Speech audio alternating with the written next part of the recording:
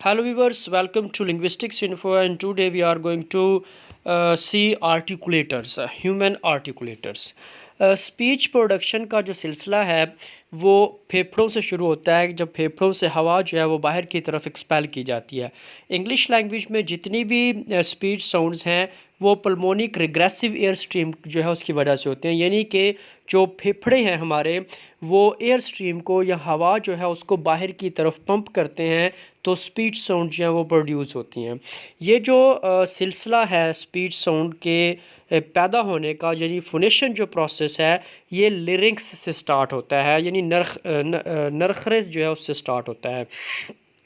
अब इसमें होता क्या है कि जो लिरिंक्स है उसमें दो जो है वो हमारे पास फोल्ड्स होते हैं टिश्यूज़ के, जिनसे हवा जो है वो गुज़रती है। इनको हम वोकल फोल्ड्स कहते हैं, यानी वोकल कॉर्ड जिनको कहा जाता है।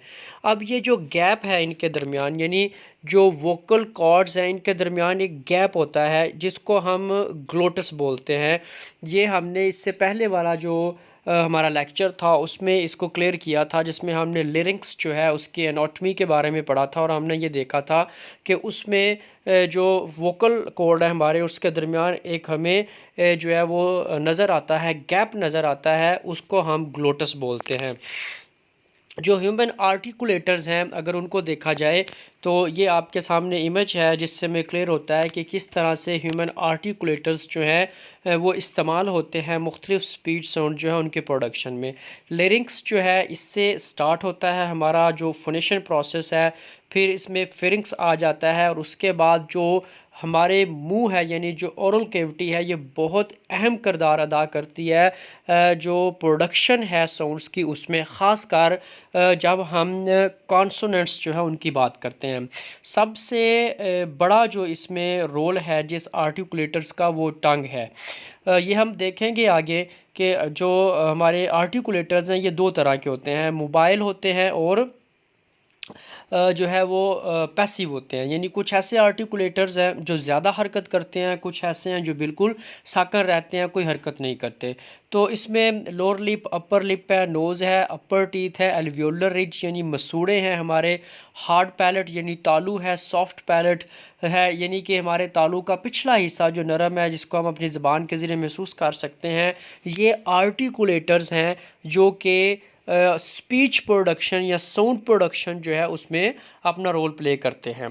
आर्टिकुलेटर्स जो हैं ये स्पीच ऑर्गन्स होते हैं, इन्हीं को हम आर्टिकुलेटर्स कहते हैं। दो तरह के हैं, यानी एक्टिव आर्टिकुलेटर्स हैं और पैसिव आर्टिकुलेटर्स हैं। ज़बान जो है ये सबसे ज़्यादा जो एक्टिव रोल है ये प्ले करती है, इसलिए वजह से ये मोस्ट एक्टिव आर्टिकुलेटर है। ये फ्लेक्सिबल होती है। ज़्यादा जो आर्टिकुलेटर्स हैं उनके साथ ये अपना कांटेक्ट जो है वो करती है साउंड प्रोडक्शन में। बाकी जो अदर हमारे पास आर्टिकुलेटर्स हैं जो मोबाइल हैं, जो हरकत कर सकते हैं, उनमें हमारा लोअर जा है यानी निचला जबड़ा है, और हमारे लिप्स हैं, ये जो है वो मूव कर सकते हैं। और इन्हीं को जब ये मूव करते हैं तो फितरी तौर पर जो आवाज़ें हैं वो पैदा होती हैं और उनमें ये अपना रोल प्ले करते हैं। लिप्स जो हैं ये कैसे मूव करते हैं, ये स्ट्रेच करते हैं, ये राउंड करते हैं। जो निचला जबड़ा है हमारा ये वर्टिकली और हॉरिजॉन्टली जो है वो मूव कर सकता है।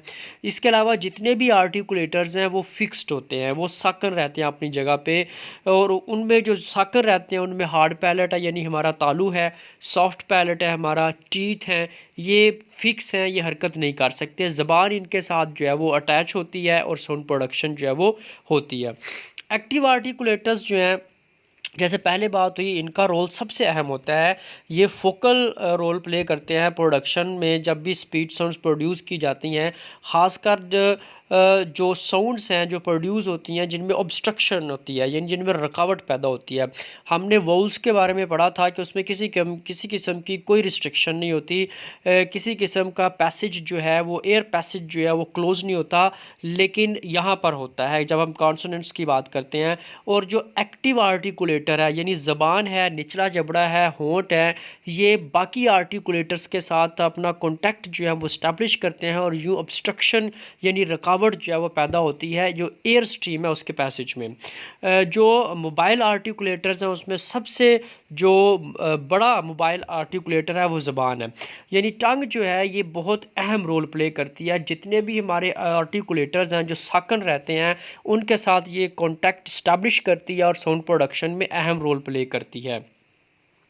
अब क्योंकि ये इसके मसल्स जो हैं वो स्ट्रेच होते हैं, हमने वोल्स जो है उनको पढ़ते हुए देखा था कि कुछ लॉन्ग वोल्स होते हैं, तो लॉन्ग वोल्स जो हैं उससे क्या होता है हमारी ज़बान में टेंसनेस आ जाती है, यानी स्ट्रेच जो है वो पैदा होता है और ये बड़ा अहम रोल जो है वो प्ले करती है लैंग्वेज जो साउंड है उनको प्रोड्यूस करने में। ज़बान के जो हैं वो 5 हिस्से होते हैं, एपेक्स और टिप, यानी सामना हिस्सा होता है, ब्लेड है, फ्रंट है, बैक जिसको हम डॉर्सम बोलते हैं और रूट होती है। ये इसका इमेज आप देख सकते हैं, यानी टिप है, फिर उसके बाद ब्लेड आता है जो सामने वाला हिस्सा है, फिर फ्रंट है जो क्लियरली विजिबल होता है, फिर उसके बाद बैक वाला हिस्सा है ज़बान का, फिर उसके बाद आखिरी जो है वो रूट होता है और फिर एंड पे एपिग्लोटस है। ये ज़बान का हिस्सा नहीं है, ये वैसे एक फ्लैप की तरह है जो कि हमारे सॉफ्ट पैलेट जो है उससे निचली जो पोजीशन है उस पर होता है। ये इमेज क्लियर कर रहा है कि ज़बान जो है उसके कितने हिस्से हैं। इसके बाद लोअर लिप है, यानी हमारा निचला होंठ है, ये भी एक्टिव ऑर्गन है। ये क्या करता है, ये अपर लिप जो है उसके साथ कनेक्शन इस्टेब्लिश करता है, अपर टीथ जो हैं उनके साथ कनेक्शन इस्टेब्लिश करता है और यूं आवाज़ें जो हैं ये साउंड्स जो हैं वो प्रोड्यूस होती हैं। जैसे हमारे पास बाइलैबियल साउंड्स हैं, जैसे बा है, माँ है, यानी दो होंठ मिलने से ये साउंड पैदा होती है। तो निचला होंठ जो है वो ऊपर वाले होंठ के साथ कनेक्शन इस्टेब्लिश करता है। इसी तरह जब हम फा वाह साउंड बोलते हैं तो निचला होंठ जो है वो ऊपर वाले दांतों के साथ जो है वो कनेक्शन इस्टेब्लिश करता है और यूं साउंड की प्रोडक्शन जो है उसमें अपना रोल प्ले करता है। पैसिव आर्टिकुलेटर्स वो होते हैं जो कि फिक्स्ड हैं, उनमें मूवमेंट नहीं होती। ये एक्टिव आर्टिकुलेटर के साथ मिलकर जो है वो साउंड प्रोडक्शन में अपना रोल प्ले करते हैं। अपर लिप जो है ये हमारे पास इतनी ज़्यादा मूवमेंट नहीं रखता जितनी ज़्यादा मूवमेंट जो है वो लोअर लिप की होती है। अपर लिप जो है उसमें स्ट्रेचनेस आ सकती है, अपर लिप जो है वो राउंड कर सकता है, लेकिन बनिस्बत निचले होंठ के इसकी जो मूवमेंट है वो लिमिटेड होती है। इस वजह से इसको जो है वो हम एक्टिव मोबाइल आर्टिकुलेटर जो है उसमें शामिल नहीं करते। ख़ासकर जब बाइलैबियल साउंड्स जो हैं उनको प्रोड्यूस करना होता है तो निचला होंठ ऊपर वाले होंठ जो है उसके साथ कनेक्शन इस्टेब्लिश करता है। अपर टीथ हैं, ऑब्वियसली जो दांत होते हैं वो फिक्स्ड हैं, वो अपनी जगह से मूव नहीं कर सकते। ज़बान जो है वही इनके साथ कनेक्शन इस्टेब्लिश करेगी या निचला होंठ जो है वो इनके साथ कनेक्शन इस्टेब्लिश करेगा तो साउंड प्रोडक्शन होती है। इसी तरह गम रिज हैं, यानी मसूड़े जो होते हैं जिनको एल्वियोलर कहा जाता है। अभी हमने इमेज में देखा है कि इनके साथ भी ज़बान जो है वो टच होती है और साउंड जो है वो प्रोडक्शन होती है उसकी। हार्ड पैलेट है, यानी तालू। तालू जो है ये रूफ ऑफ द माउथ कहलाता है। हार्ड पैलेट के साथ जो है वो गमरिज जुड़े होते हैं और ज़बान जो है वो क्या करती है, वो गमरिज के साथ भी और हार्ड पैलेट जो है उसके साथ भी कनेक्शन इस्टेब्लिश करती है या उसकी तरफ बढ़ के जो पैसेज है, एयर पैसेज है, उसको नैरो कर देती है। यूं जो रूफ टॉप है, यानी जो हार्ड पैलेट है वो भी साउंड प्रोडक्शन में अपना रोल प्ले करता है। इस तरह सॉफ्ट पैलेट है, हार्ड पैलेट के बाद अपनी ज़बान जो है अगर उसको मोड़ के पिछले हिस्से तक लेके जाया जाए तो एक नरम सा हिस्सा जो है वो महसूस होता है हमें, उसको हम सॉफ्ट पैलेट बोलते हैं। ये फ्लेक्सिबल है क्योंकि मसल है, गोश्त की तरह होता है। ये भी अहम रोल प्ले करता है साउंड की प्रोडक्शन में, ख़ासकर नेज़ल साउंड जब प्रोड्यूस होनी होती है तो ज़बान के साथ मिल के सॉफ्ट पैलेट जो है वो ओरल केविटी जो है उसको बंद कर देता है और एयर स्ट्रीम जो है वो नाक के थ्रू एग्जिट करती है और यूं नेज़ल साउंड्स जो हैं वो प्रोड्यूस होती हैं। इसी तरह इसके बाद जो हमारे पास बचता है यूला। यूला जो है ये पीस ऑफ फ्लैश है, यानी ये अटैच होता है, फ्रिंगल पैसेज है इसमें और ये वाइब्रेट करता है जब आवाज़ जो है वो गुज़रती है फेरिंक्स से होते हुए, तो इसके साथ जो है वो आवाज़ इसके साथ अटैच, इसके साथ टच करती है और यूँ ये फ्लैप करता है। फिर इसके बाद फिरिंक्स आता है। फिरिंक्स कोन शेप्ड पैसेज वे है, ये ओरल और नेज़ल केविटी जो है उसकी प्रोडक्शन में इसका अहम रोल होता है। और ये फर्दर जो है वो एसोफेगस में और लिरिंक्स जो है उसमें डिवाइड हो जाता है। फेरिंक्स जो है ये एक चैम्बर की तरह काम करता है जिसमें रेस्पिरेटरी और डाइजेस्टिव फंक्शन होते हैं, यानी कि ये सांस जो निज़ाम तनफ़ुस है ये उसके लिए भी काम करता है, और ये डाइजेस्टिव सिस्टम यानी निज़ाम हज़म जो है उसके लिए भी काम करता है। ओरल और जो नेज़ल पैसेज होते हैं इनको डिवाइड किया जाता है तीन हिस्सों में, यानी हाइपोफेरिंक्स होता है ये ज़बान के पिछला जो हिस्सा है वहाँ पे है। इसी तरह मेसोफेरिंक्स है ये वेलम जो विलम है, विलम यानी सॉफ्ट पैलेट जो है ये उसके पीछे होता है। और फिर उसके बाद नेज़ोफेरिंक्स है ये नाक के पीछे होता है। फेरिंक्स ट्यूब जो है ये तकरीबन 7 सेंटीमीटर बड़ी होती है, लॉन्ग होती है। वीमेन में ये 8 सेंटीमीटर जो है वो लॉन्ग होती है, और यही वजह है कि औरतों की आवाज़ जो है उसमें गूंज ज़्यादा होती है और उसकी जो पिच है वो ज़्यादा होती है। लेबलाइजेशन ये प्रोसेस है हमारा। जब हम लैबियल की बात करते हैं तो इसका मतलब ये होता है कि दो होंठ मिल के जो है वो साउंड प्रोड्यूस करेंगे, वो लैबियल कहलाएगी। तो ये जो प्रोसेस है जिसमें लैबियल साउंड्स प्रोड्यूस होती हैं उसको हम लेबलाइजेशन बोलते हैं। इसी तरह प्लेटलाइजेशन है। अच्छा, इसका ताल्लुक जो है वो पैलेट से होता है, यानी या तो ये हार्ड पैलेट से इसका ताल्लुक है या सॉफ्ट पैलेट से इसका ताल्लुक है, कि ज़बान जो है वो हार्ड पैलेट या सॉफ्ट पैलेट के साथ कनेक्शन इस्टेब्लिश करती है और यूँ साउंड जो है उनकी प्रोडक्शन होती है। तो इस प्रोसेस को जो है वो हम प्लेटलाइजेशन बोलते हैं।